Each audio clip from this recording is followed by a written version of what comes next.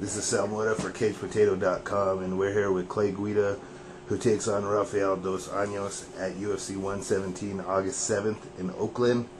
First off, Clay, thanks for taking the time to talk with us. Thanks for having us back, man. It's great to be here.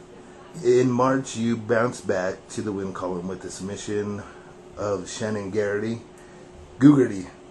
Now you're fighting Rafael Dos Anjos, who won his last 3 fights and just got a big win over Terry and Tim. What does this fight mean to you, and what's at stake here?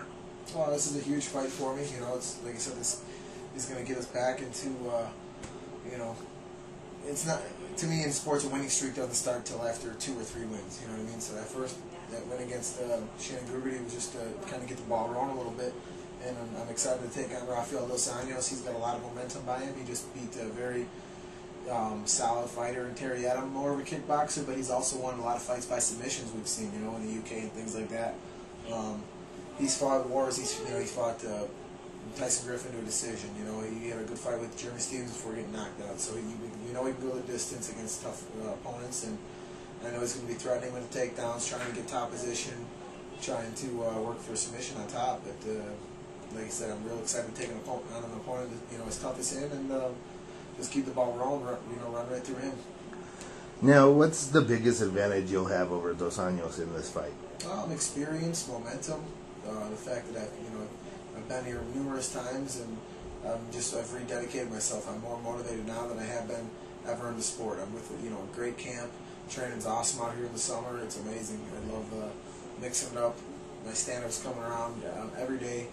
Working with Wink, you know, we're always working ground stuff, and you know, stand up with Coach Greg and just the partners. And the pool of lightweights here is so deep. You know, it's nonstop. I'm always learning things, and you know, I fight my fight. That's, you know, simple. That's the advantage that I'm going to fight my fight. Now, you won your last fight by submission, and it was your first win by submission in the UFC since your debut in 2006.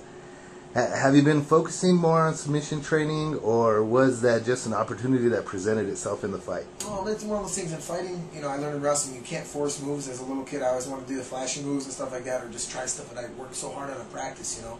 And against Gugerty, it was one of those things, it just popped up, you know. It was there. I passed his guard a bunch of times, and I skipped a bunch of elbows across his head, too. And I think at one time I could feel him. It was just, you know, it was that time. And I don't know if I've ever really even finished anyone in the gym with that, let alone work on it very much. So it just happened to be there. I went for it. It felt right, and I just squeezed as hard as I could. It paid off for you. It was great. Now, UFC 117 is being headlined, of course, by the middleweight title fight between Anderson Silva and Chael Sonnen. Do you have any predictions on how that one will go? I think it's going to be a great fight. I think if anyone's going to dethrone you know, Anderson, if anyone's going to beat the Spider, the reigning champ for the longest time, it's going to be Chael. The way he's looked lately, he's just been knocking, you know, opponents all over the place. He's been fighting his fight. He's been imposing his strategy on opponents. And in order for him to win this fight, though, he's probably going to have to take 5, 6, 7 strikes, you know, on his way to get a takedown, whether it's knees, elbows, punches, kicks, whatever it is. Anderson is so detrimental on the feet, and Chael's going to feel the power. I just hope that he can weather the storm with those kicks, you know, those strikes to get it to the ground, and we'll see how Anderson, you know, reacts off of his back. So I'd like to see a great fight. It'd be nice to see a changing of the guard. Otherwise, it'd be awesome to see Anderson fight super fights after this. You know, people criticized him in his fight against Damian Maia, but Damian Maia didn't bring a fight either. You know, I think, you know, he just needs to be matched up with super fights. Forget the belt at this point. He's defended enough times where he is one of the all-time greatest fighters. Make him fight this, you know, the big guys. Make him fight a guy like a Rampage, you know, that's going to come forward. Make him fight a guy like GSP, you know, make him fight these, you know, these big guys. Make him fight some heavyweights. See what happens, you know. So, and the fans win in those fights too. Sounds good.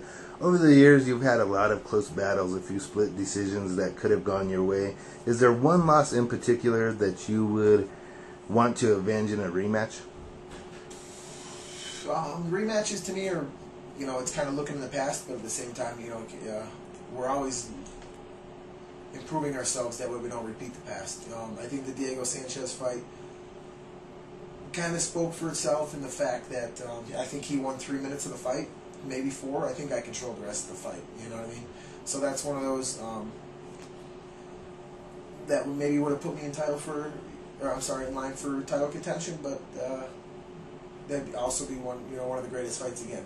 If the fans, the UFC won in that case, you know what I mean, one of the highest viewership for Spike TV, Ultimate Fighter finale, things like that. So if fight of the year or something. Yeah, definitely. So it's very exciting, but at the same time, he went up to welterweight, and I think I'm moving forward in the lightweight division where I belong. So and Diego, he's a buddy of mine. It's one of those things I hope the best for him, and our time will come again. Maybe if not, who cares? But hopefully we just keep winning.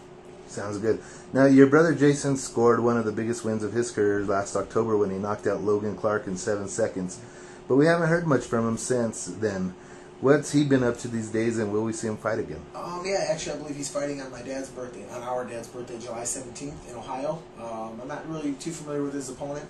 But yeah, he fought after that, and he tore his hamstring actually in the second round down in Atlanta. So he was a little banged up, and now he's a father for the first time too. He's got a little girl at home, him and his girlfriend. So they're proud parents, and I'm excited for him. But I'd love to see more than anything for him to get back in the cage and win a few more fights. And I'd love for him to come out here and train a little bit with us too.